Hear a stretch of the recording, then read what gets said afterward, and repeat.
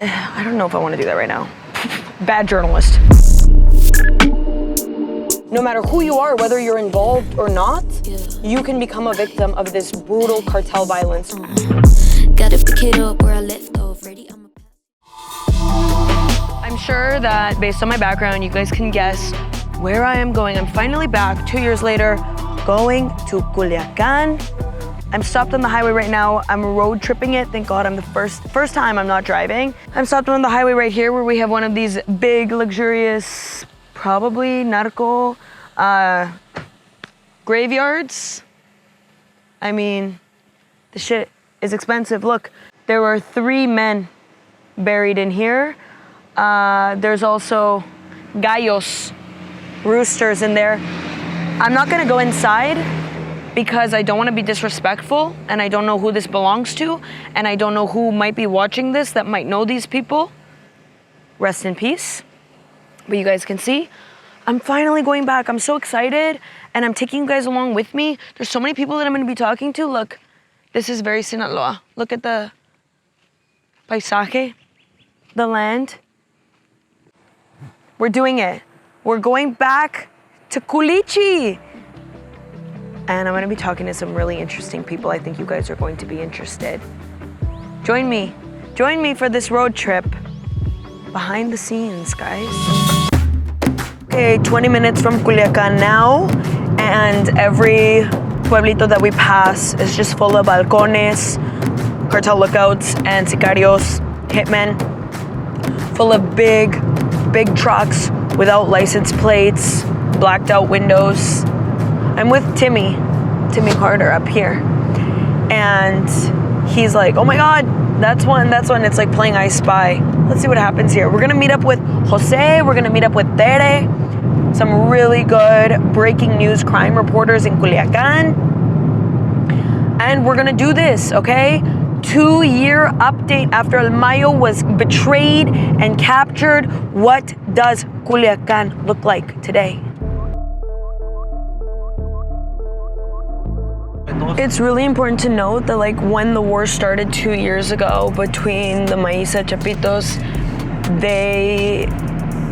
Chapitos really needed to up their resources. So they started hiring anyone. And 2 years ago when I was in Culiacán, they had to stop Uber Eats and Rappi services once sun went down because they were stealing the food from the delivery man because they were being paid so little. They didn't even have money to eat. And the Chapitos were trying to up their manpower because they lost a lot of people after the great traición of El Mayo, which is why the Chapitos ended up making an alliance with CG&G. They needed those resources, and for CG&G, it was a great opportunity for them to essentially absorb the territory that the Chapitos owned. ¿A quién lo vas a mandar eso? A mi esposa. Ah, okay. No subo nada, nomás le estoy de ella. De hecho, cuando... He just took like a video of me as I'm talking. I'm like, who's that going to? No, se topó un policía ministerial. Just got to Culiacán, and I just got the coordinates sent to me from a friend, an amiga, who's like, if you want to go and see the body, there's a body at these coordinates.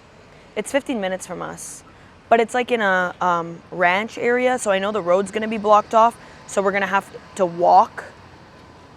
I don't know if I want to do that right now. Bad journalist. Good morning. It's 6 a.m. and we are on our way to a march for missing people. Missing people is a problem across all of Mexico. Over 130,000 people have disappeared into thin air with no investigation or no follow-up on the investigations into their disappearances. Doesn't matter who you are, man, woman, young, old, people disappear. 1 in every 1,000 people in Mexico actually disappear, which is insane, which means almost everyone here knows someone or is related to someone who has just disappeared. Not murdered, gone, vanished. So this march is for one specific missing person named Danny. Let's find out exactly who Danny was and why this march is going on for him. You can see that right here it says more than 2 years without seeing his daughter and the authorities didn't do anything. Danny died without being able to see his daughter. The justice system is responsible for Danny Serrano's death. It's so important to keep in mind that this is also incredibly dangerous for a lot of the people in the march. They get clocked by authorities, by politicians, and can face backlash because of this. You know, they're essentially accusing the government of non-action, of collusion with organized crime, and they're not being quiet about it. And in Mexico, something like this can get you killed. So we've made it to the Fiscalía. Si el Araujo Medina se lo robó, porque esa es la palabra, de afuera de la casa lo mandó a esconder y lo quiso desaparecer. Mi hermano presentó una denuncia por robo. Después de casi 6 meses de estar pagando. Danny's brother just outright said exactly what the problem is. He said, unfortunately, we live in a city where for around 5,000 pesos, a young guy will take the life of anyone that there's a hit on. If you live in Culiacán, you can pay someone around $200 to kill someone that you don't like. That's the overarching problem here. Danny's murder may have been because of a parental dispute, anything, no matter the reason.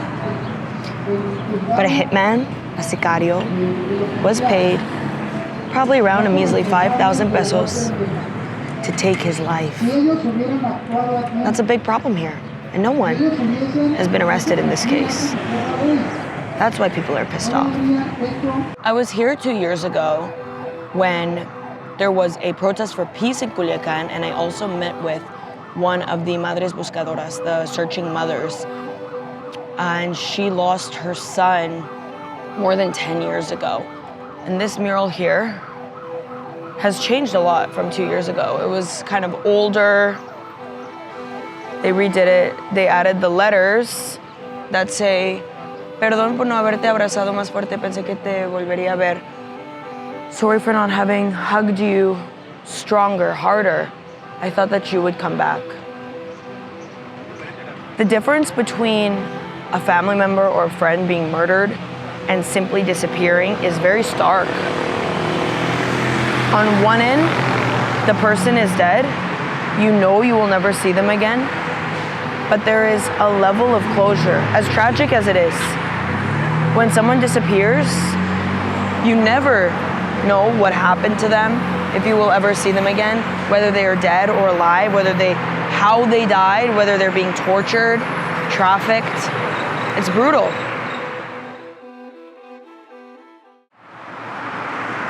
Don't be in my shot. Coming next to you. I don't want you in my shot. When you're in your own, thank you. Okay, we're at the Malverde Chapel, the chapel of Jesus Malverde. When you come here, first things first, you can buy some Malverde-inspired gifts. We also have Santa Muerte, Malverde, the Virgin, the Virgin Mary. Also some Culiacán, Sinaloa stuff. Keychains. You can buy the big heads too, look at that. And some hats.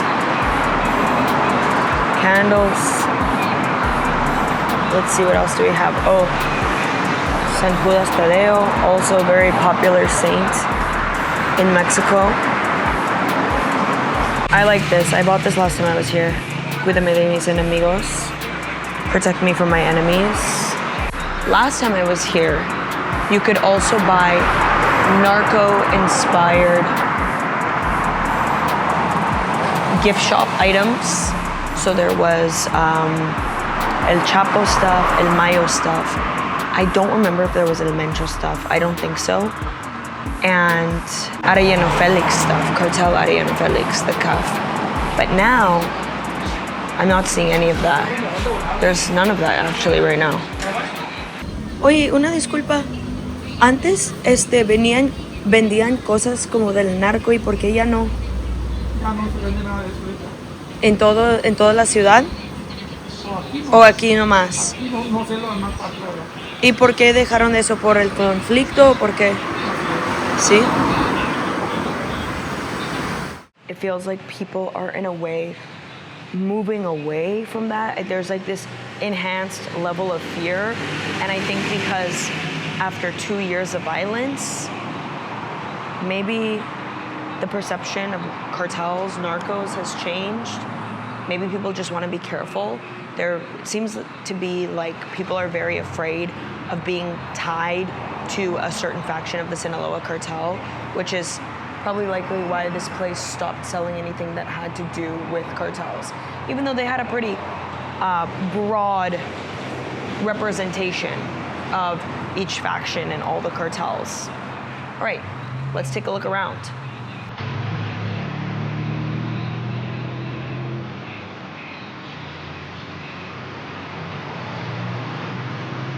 So you have these big altars. This is a big Malverde altar. People will come and take money to the altars with a request, sort of as an offering to Malverde. They'll light candles, put some donations.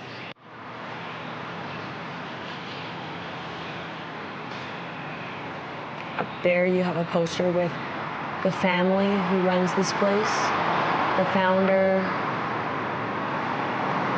There's even plaques. Look at that. People are not cheap about this. Thank you to God, to the Virgin of Guadalupe, and to Jesus Malverde for the favors and for taking care of me. I trust in you. This is from the Ramirez Guerrero family from Aguascalientes. So people will travel here to give offerings and to worship. You can see some of these photos are really old. Let's go in here. This is sort of the main altar. Nice and cool in here. Look at this big Virgin statue. This room has a lot of pictures of people, and people will put pictures of themselves in here, kind of as like a, I guess for lack of better words, like a manifestation ritual of like, this is who Malverde should be protecting. There's actually a lot of police officers in here and families and children. It doesn't mean these people like are sick or in danger. Some of them perhaps, but for the most part it is kind of, yeah, you put your face in here in the hopes that Malverde protects this person. Also, you got some like thirst trap selfies in here. Look at this. So this is like the main altar. Look at that. It's crazy. She's got the cleavage going on. Oh, they put the passport photos. Crazy work. It's also important to keep in mind that Malverde is not recognized by the Catholic Church as being a saint. He's more of this like folkloric saint who has a massive following, and people in Sinaloa consider him a saint, or at least the people who follow him do. He was allegedly born in Sinaloa and kind of has like this Robin Hood folklore to him. He allegedly stole from the rich and gave to the poor. And people appreciate that, especially people who are looking for financial abundance and need someone like a Robin Hood, Malverde, in their lives. Hace muchísimo calor. ¿Cómo lo haces? No manches. Es demasiada la calor. Se siente Y como... hoy no es tanto, ¿eh? Yo sé, ha sido peor, pero hoy por alguna razón me estoy muriendo. Guys, I got a coconut water. I can't really drink electrolyte and stuff because it hurts my kidneys. I don't know why. That's a new development in my life. But muchas gracias. Igualmente. Okay. Let's go. Okay. I'm just filming at the Malverde Chapel. I just got notified that there has been another homicide in the city. So I'm gonna head there right now, trying to cover breaking news as if I were a reporter in Culiacán. It's extremely chaotic. Let's go see what happened. We're on our way now to go see this homicide scene. I just called an Uber to take us to a location that's somewhere near, oh, the Cruz Roja goes, to take us somewhere near where the homicide appears to be. I have the coordinates. So I just put in a location. So I just asked the driver, hey, we're going to so-and-so area, right? Yeah, boom, great. So we're gonna go. And I think this is a good sign because there's a Chucky in the front seat of this car, which I think is hilarious because I love Chucky. And some people call me Bride of Chucky, which is funny. Cuídese mucho, gracias. Gracias, amigo. Bonito día. Ay. Guys, I almost just hit the fucking Fiscalia's vehicle with my door. Walk in, Katarina. Okay.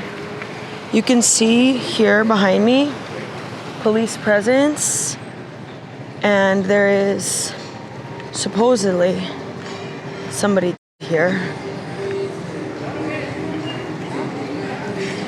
I don't see anyone so far. Let's see how close I can get in here.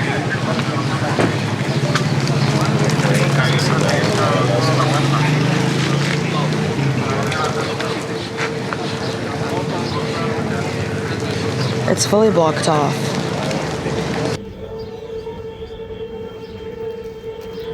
Okay, so I'm standing here with a bunch of the reporters here. There's the body behind me, behind that red fence. And we're just told that minutes after this body was dumped, there's also now reports of another body just right up the street. Another murder.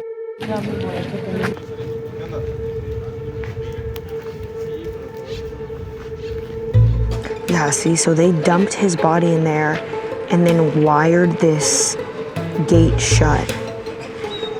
And of course, I can't talk to anyone here that may have seen it because you guys know the rules in Culiacán. See nothing, hear nothing, say nothing. It's crazy to me. This is like a humiliation ritual. Dump the body like it's nothing. Make the police spend 20 minutes trying to get to the body. It's really also like a symbol of power. Who runs the show? You're telling me they can't just have one strong motherfucker pull it down? Like, come on. This is literally a humiliation ritual. Guys, this is... exactly, so much army. And apparently there's no tools to open this fucking chicken wire fence. Guys, look at how much military is here. Look at that. There's so much military here. Also more behind me. This guy here. You got all of these guys. And yet, you have a few cops battling with this chicken wire door to get to it. All right, so they finally got the door, chicken scratch door, off of that little plot of land to get to the. Now we are headed to the second body, which is apparently just minutes from here. Okay, we're pulling up. This was literally like a 5-minute drive away from where that first was. And now we're in a very residential area. Different from compared to the sort of retail area where we were at originally. This is now very residential. There's homes around here, families, and this has been left on a dirt road. ¿No se ve nada? Okay.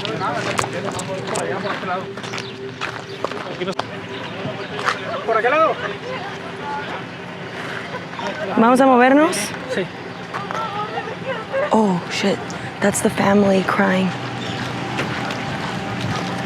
That's the family. That's the family crying. The family is there crying.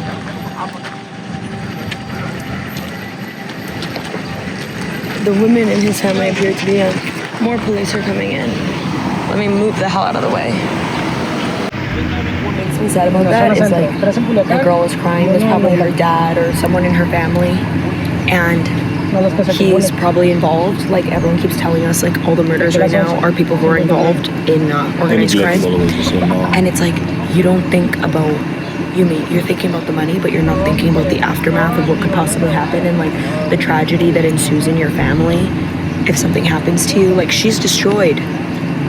It's fucking heartbreaking. And look where they live. Well, I don't know if they live here. I think this is where the body was dumped. This wasn't where it was killed. So typically here, the murders happen somewhere else, and then they just dump the bodies. Anyway. Hey guys, new area, new crime scene. This is the third one we've been at today. I'm not smiling about the situation. I'm smiling at some of the journalists that have been helping us. Amazing journalists in Culiacán. This is one thing that I will never forget from when I was here 2 years ago, was that all of the journalists here are so hardworking and so friendly, especially when it comes to getting information out to the public. They're so willing to help. Let's walk right up in here and see what's going on. Someone at this house is being interviewed. Let me flip you guys around.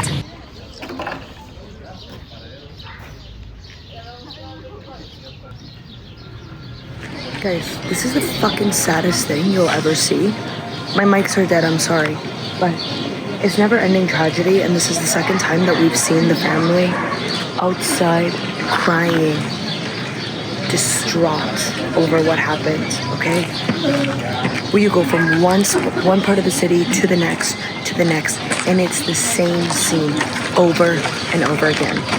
Right now, I overheard some people talking, saying that they read a report that Culiacán is supposed to go back to normal within the next 10 years. And they were pissed about this report. How do you know? Nothing has changed in the last 2 years. Who's to say that within the next 10 years, any of this will get better? The military, the police, the politicians, everyone that's supposed to protect the integrity of the state is just letting these guys kill themselves, fight amongst each other to end it once and for all. Do you really realistically see that happening? As extreme violence is regularly normalized and people are desensitized of it? Brutal. So they got the flashlight out. They're canvassing the scene now. Probably picking up the bullet shell casings. Alright, it's getting dark and we're still here. This is just the beginning of the night, and it's the third homicide that I've been to within the last 2 hours. I don't even want to know what this night has in store. Okay, so there were just reports of a shootout in a Walmart parking lot. I'm with Jose, finally reunited with one of the best journalists in Mexico, and by far one of the best photojournalists ever. We just got notified that there was a shootout at a Walmart, and I got a little bit confused because they said that someone in the Walmart parking lot died. I was under the impression that it was one of the parking attendants in the Walmart. Come to find out, it is possibly someone who has a little bit of higher up power in the cartels, and the police are asking to not film the family or the... Let's see what this looks like, but it appears that apparently, allegedly, it's some guy who goes by... Let's see. You guys know how it is. Every time I come to Culiacán at night... Los militares? Guys, there's militar here.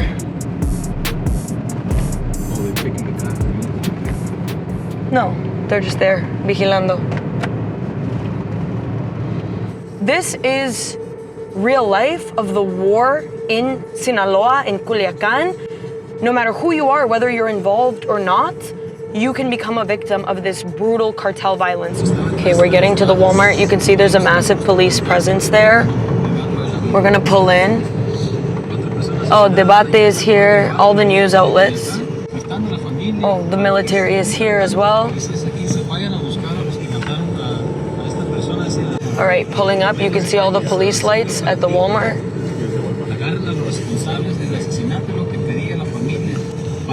Okay, so we're at the Walmart where there was just a shootout. Massive police presence here. One guy is dead, confirmed, who may allegedly have ties to organized crime.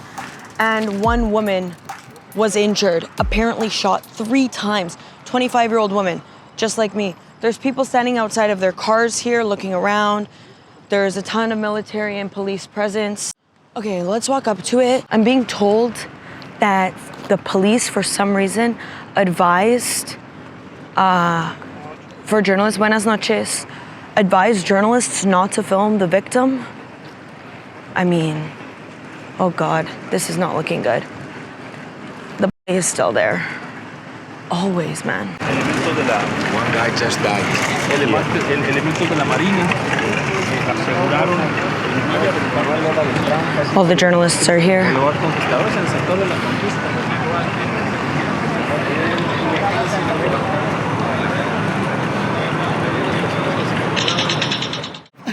Guys, Timmy came straight here. This is bad. No podemos estar riéndonos. Jose, Timmy came straight here dressed like a fucking ranchero.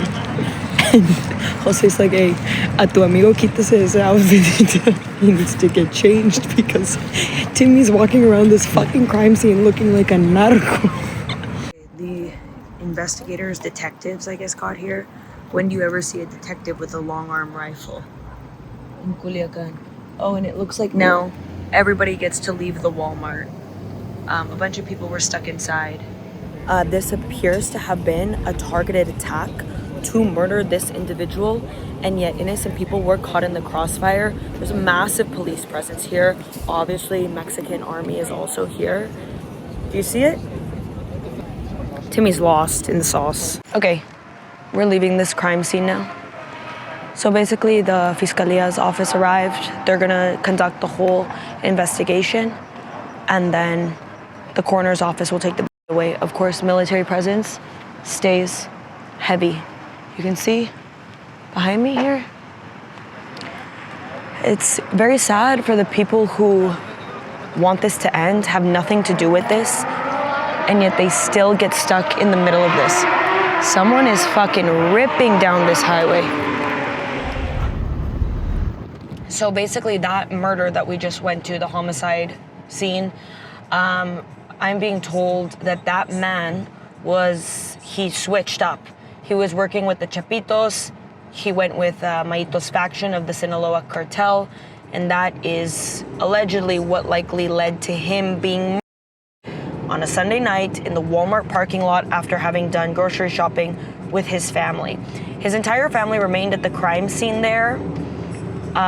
Someone in a Tesla pulled up with two little girls in the seat, pulled right up to the crime scene to ask what was going on and if the guy was alone. I don't know who that was, double checking to make sure the hit was taken out, or maybe he was family of the victim. But this is really a textbook example of the war that's going on right here, right now, and the type of murders it ends up in. Someone was with one faction, they either felt like they weren't being paid enough, or the Chapitos were losing power. He switched up, and he ends up dead with a thin blue tarp over his. Guys, this is what happens after assignment.